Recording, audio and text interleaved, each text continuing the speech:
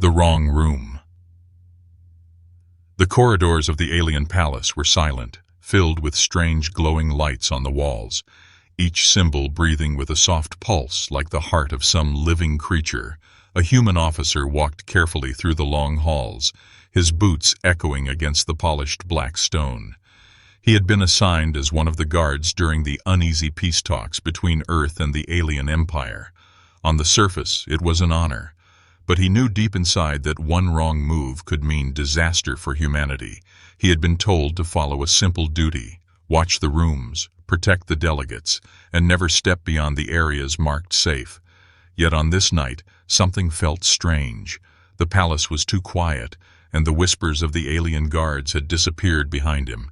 It was as if the shadows themselves were watching. As he turned a corner, he noticed a door slightly open.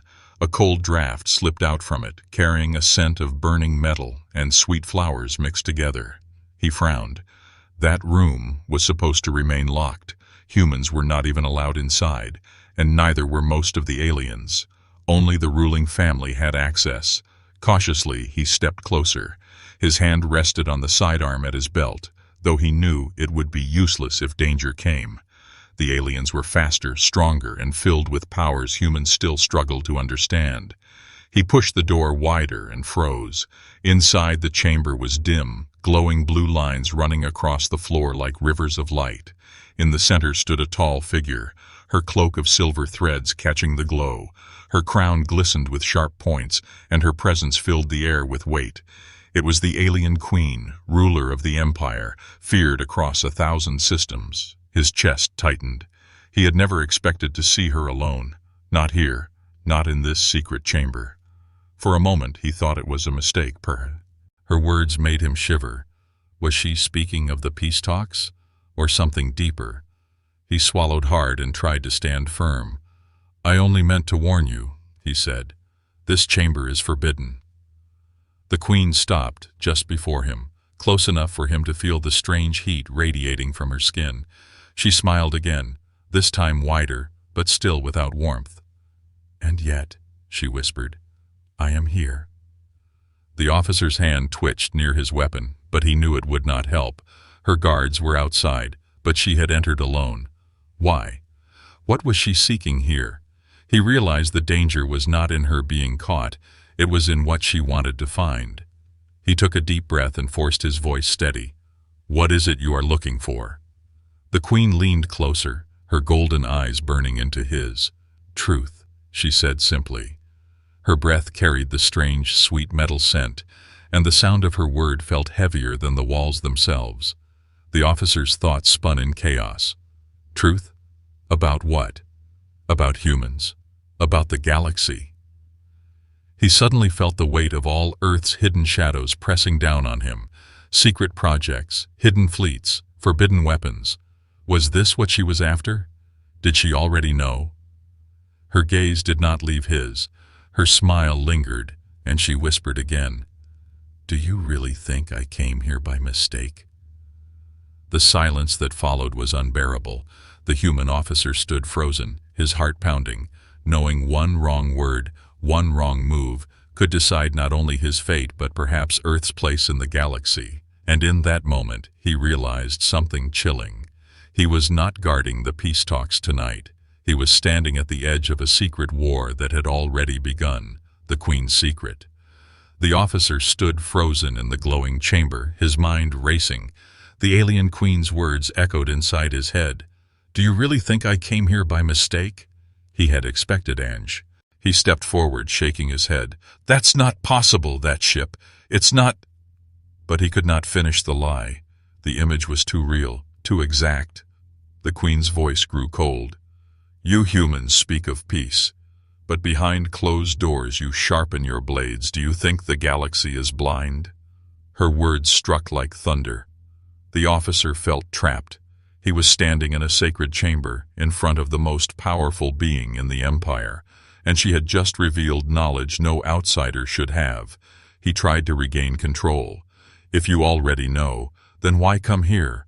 Why risk being seen? Why speak to me at all?" The queen turned fully to him now, her eyes glowing with golden fire. "Because I wanted to see if you would deny it," she said. "I wanted to see if humans still believe they can hide in the shadows."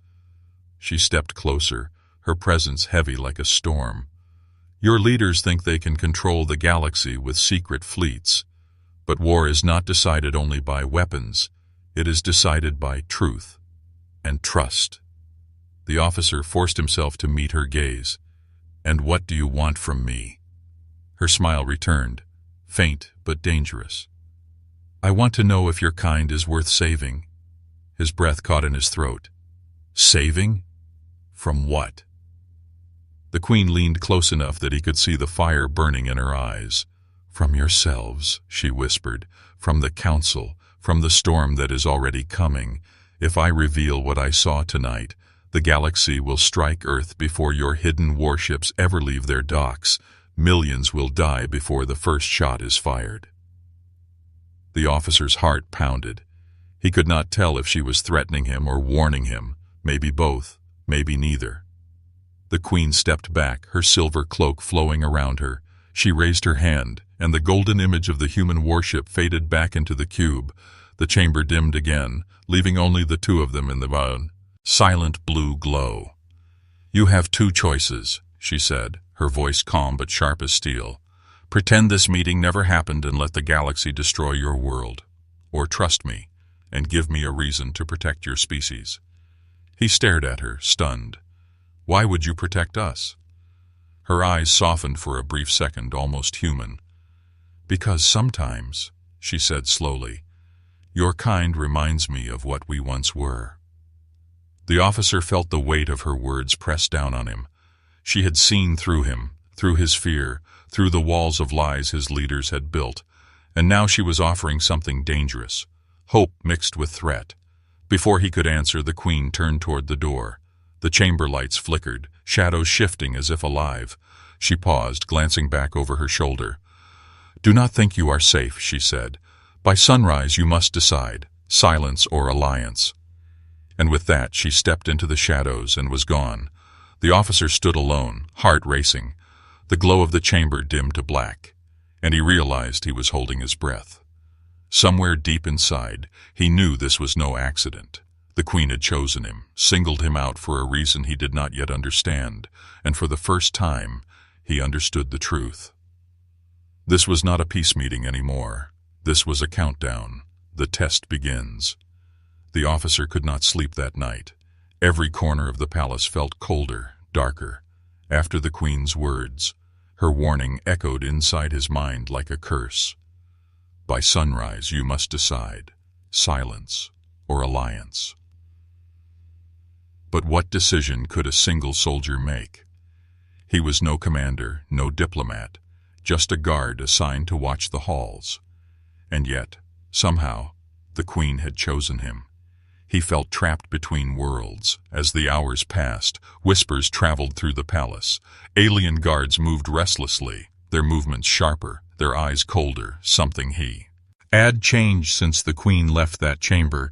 He felt it in the air. Near midnight he was summoned by a messenger to a smaller chamber, not far from where he had first met her. He followed the call, heart pounding. The corridor was empty, too empty. Even the usual alien patrols were gone. The door opened, and he stepped inside. This time the chamber was not glowing blue. Instead, it was filled with shadows and a faint red light pulsing from the walls. The alien Queen was waiting, seated on a tall black chair carved from stone. Her crown caught the faint light, and in her hand she held a strange device, a small silver orb that floated above her palm. "You came," she said, her voice smooth, calm, but heavy with power. He tried to steady his voice. "You asked for me." The Queen's golden eyes studied him. "No," she said quietly. "I commanded, and you obeyed." Her words struck him like a blade. She was reminding him of the imbalance here. She was ruler of worlds, and he was just a human soldier. Yet strangely, she still spoke to him directly, not through guards, not through delegates. "What do you want from me?" he asked, his throat dry. The Queen lifted the silver orb, and it glowed, projecting another image into the air, this time not of a ship, but of Earth itself, spinning in the void, blue and alive. Around it, dots appeared, red markers spreading like fire, fleets moving, hundreds of alien warships gathering. "This," she said softly, "is the truth your leaders refuse to tell you. The Council is preparing. They call it defense. But you and I know what it is, prelude to war." The officer's blood turned cold. He stepped closer, his eyes wide. "This is already happening?" The Queen's smile was thin, sharp. "Yes, and that is why you are here, because tonight you will be tested." His heart hammered. Tested? For what? The Queen stood, her silver cloak sliding like water across the floor. The orb faded, leaving only the two of them. She stepped closer, her eyes burning into him. "You must prove," she whispered, "whether a human can be trusted with truth, or whether you are only creatures of fear and denial." Before he could answer, the walls of the chamber shifted. The black stone melted away, and suddenly he was standing in a different place.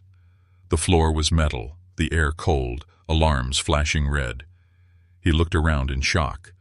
This was not the palace anymore. This was some kind of simulation. "Where am I?" he shouted. The Queen's voice echoed all around him. "Inside the trial. Face it, and I will know your worth. Fail, and your world will pay the price." Before he could react, figures appeared from the shadows. Alien soldiers, tall and armored, their weapons aimed at him. Their eyes glowed with malice. He reached for his sidearm, heart racing. The first soldier lunged and instinct took over. The officer ducked, pulled his weapon, and fired. The blast struck the alien in the chest, dropping him to the floor. But more kept coming. 3, then 4, then 5. He fought desperately, dodging, firing, his arms burning with effort. He was just one man against a flood of enemies. Every move felt like his last. His lungs screamed for air. Sweat dripped down his face. Then, in the middle of the chaos, he saw something strange. One of the alien soldiers was not aiming at him. Instead, it turned its weapon toward the image of Earth on a screen above, ready to fire. Without thinking, he sprinted forward, leaping across the floor, tackling the soldier before it could strike. He wrestled the weapon away, slamming the butt of his gun into its helmet until it shattered. The screen above flickered, and the image of Earth remained safe. The chamber went silent. The soldiers vanished into smoke. The alarm stopped. The floor shifted again, and he was back in the Queen's chamber, breathing hard, his weep. On shaking in his hand, the Queen stood before him, her expression unreadable. "You chose to protect your world," she said, "not yourself, that is interesting." He dropped to one knee, exhausted, his chest heaving. "What was that? A trick? A game?" The Queen tilted her head. "Not a game. A truth. You fight with desperation, not calculation. You risk yourself for symbols, for illusions of home. That is why your kind is feared." Her words sent a chill through him. He realized she had not tested his strength. She had tested his heart, and he had revealed something he had not meant to. Humans will fight to the last breath for what they love. The Queen's smile returned, faint, knowing. "Perhaps there is hope for your species, or perhaps—" Her voice lowered to a whisper. "You are more dangerous than even I believed." The officer felt the weight of her gaze, and for the first time, he wondered if her test had really ended, or if it had only just begun, humanity's shadow. The chamber still felt heavy after the test. The officer's arms ached, his chest burned with every breath, yet his mind was sharper than ever. He had survived, but survival brought no relief, only new fear. The alien Queen stood before him, her golden eyes watching closely. Her voice was soft, but it carried the weight of galaxies. "You fought for your world," she said. "You showed me desperation, loyalty, courage, but you also showed me something more, shadows." The officer frowned, his throat dry. "Shadows?" The Queen moved slowly, circling him like a predator. Her silver cloak shimmered in the dim light. "Yes, the shadows your leaders hide from the galaxy. The projects buried in silence, the weapons cloaked from every star. Do you think I do not know? Do you think the council is blind? His pulse quickened. He tried to remain still, but her words pierced through him like blades. Humans had always walked a fine line, showing weakness to gain pity, hiding strength to survive. If the galaxy learned the full truth, every world would rise against Earth. The Queen raised her hand, and once again the silver orb floated into the air. It glowed and revealed images, not from alien records this time, but from Earth itself, secret places hidden deep underground. The officer's eyes widened. He saw a vast ocean trench miles below the surface, where black ships rested like sleeping beasts. He saw a desert facility where scientists tested weapons that bent light and tore sound from the air. He saw orbital stations cloaked in shadow, carrying cannons larger than cities. His breath caught. How? How do you have this? The Queen's smile was thin, sharp. Because shadows are never perfect. Every secret leaves a trace, and we have followed those traces for years. You humans think yourselves clever, but you forget. Your arrogance shines brighter than your light. The officer's knees felt weak. He wanted to deny it, to call it lies, but the images were too real. They carried the smell of truth. Why show me this? He asked. I can do nothing. I am no leader, no general. The Queen leaned closer, her voice dropping to a whisper. Because you are honest, you cannot hide your fear, your anger, your hope, and so I know your answers are true. He stared at her, trembling. Then what do you want from me? To confess? To betray my people? For the first time, the Queen's smile softened, though her eyes stayed sharp. No, she said slowly. I want you to understand. Humanity walks on a knife's edge. If I reveal what I know, the Council will destroy Earth before your hidden warships awaken. But if I keep your secret, I risk my empire being branded a traitor for protecting you. Start a war or protect them and risk her own throne. The officer clenched his fists. So this is a game of power. The Queen tilted her head, her golden eyes narrowing. No, this is survival. Your kind is young but dangerous. You build in silence, then strike with fury. We call you unpredictable, but the truth is simpler. Your shadow is larger than your body. Her words struck him. The galaxy did not fear what humanity showed. It feared what it could not see. Suddenly the chamber's floor lit up again. A new image appeared, this time not of Earth, not of ships, but of a single human message, encrypted, hidden, yet somehow pulled into the open. The officer read it, his heart freezing. It was a transmission from a human admiral. The words were short but sharp. If the Council moves first, we unleash Project Eclipse. The Queen's gaze locked on him. Tell me, she whispered, what is Project Eclipse? His blood turned to ice. He had heard the name whispered only once in his life. Never explained, never written, only rumored. Some said it was a weapon. Others said it was a fleet. Some believed it was something worse, a plan to burn entire systems if humanity ever faced extinction. His mouth went dry. He could not answer. He dared not. The Queen studied his silence and smiled faintly. You do not know. That is good. That means your leaders still keep their darkest fire locked away. The chamber darkened, shadows creeping across the floor like living smoke. The Queen stepped back, her silver cloak blending with the blackness. Understand this, she said, her voice rising, cold and powerful.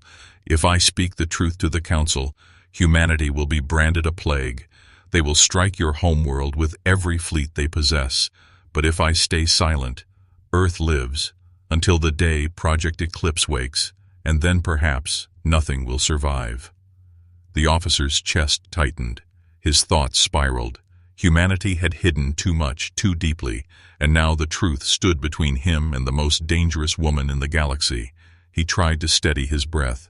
Why tell me this? Why not tell my leaders? The Queen's golden eyes glowed brighter, her voice falling into a whisper that chilled his soul. Because leaders lie, soldiers bleed, and I am the end. It is always the soldier who decides if the blade falls or is sheathed. Her words struck deep. For the first time he felt the crushing weight of responsibility. He was not just a guard anymore. He was a witness to truths no human soldier should ever carry.